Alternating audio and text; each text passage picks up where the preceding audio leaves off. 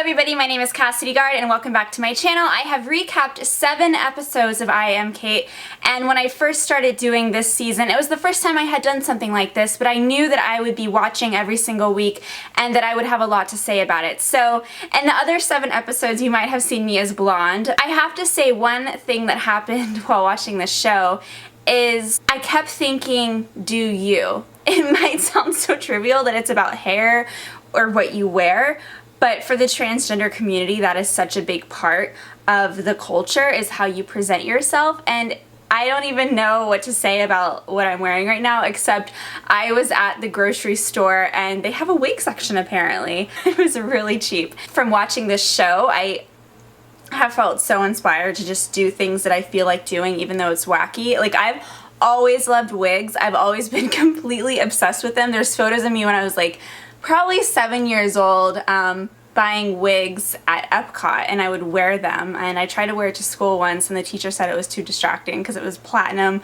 blonde bob wig that looked like the wig from Pretty Woman that Vivian wears. So anyhow, the finale episode starts out with Kris Jenner and Caitlyn Jenner, and it was a very emotional reunion. I felt as if Kate was really standing ground. She wasn't showing much sympathy, but at the same time it's because she's not apologizing for who she is, and I don't think she should have to. Watching her speak with Kris, it actually was very interesting the way that Kris would bring up points, and Caitlyn actually just didn't seem to acknowledge or recognize what Kris was getting at. So that was my first favorite highlight of the episode, and that moves on into Caitlyn deciding that she is going to redo her house because she wants it to represent who she is and not her ex-wife's taste, because she said that in the past her ex-wives have really decorated all of the spaces that she's lived, and that now she wants it just to be about herself. So basically that was a huge moment because Caitlyn is stepping into who she is, and she has Candace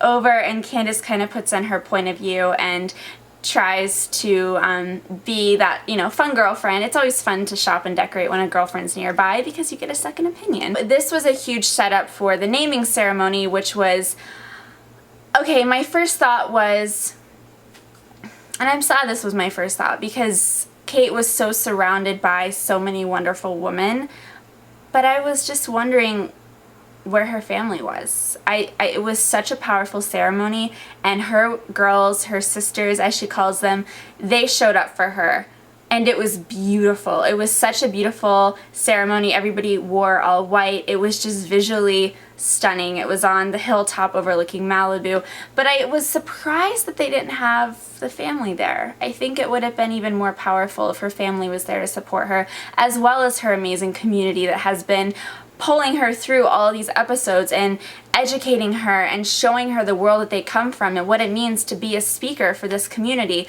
So that was definitely a huge part of the season. Those were my 3 favorite moments of this episode. I really want to take this time to just look back on the whole entire series and what I personally took from it. And watching this season just challenged me to think of what I could do differently, or ways that I might have regrets in the future if I wasn't authentically being myself and pursuing the things that make me happy, because I think a lot of people want to please others, and it's hard not to want that validation from other people. When you live like that for other people, you're never fully feeling content because your actions depend on waiting for the reactions of other people.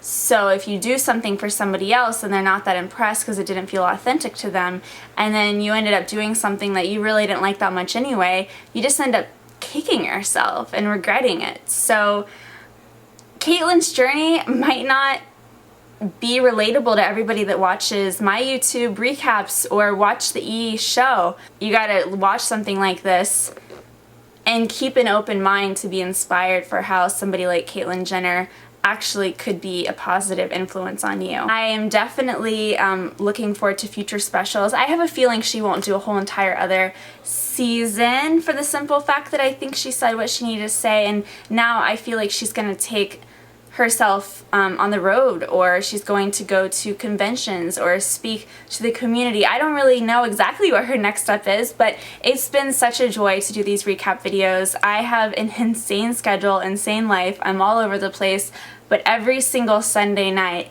I have watched I Am Cait for the last 8 weeks, and besides one where I filmed from a hotel room, I've sat in this closet and I've filmed a recap. So there's something about saying you're gonna do something and sticking to it and being consistent that feels really great. I really appreciate you guys watching. It's really meant a lot that everyone's watched my recaps. I appreciate it more than you know.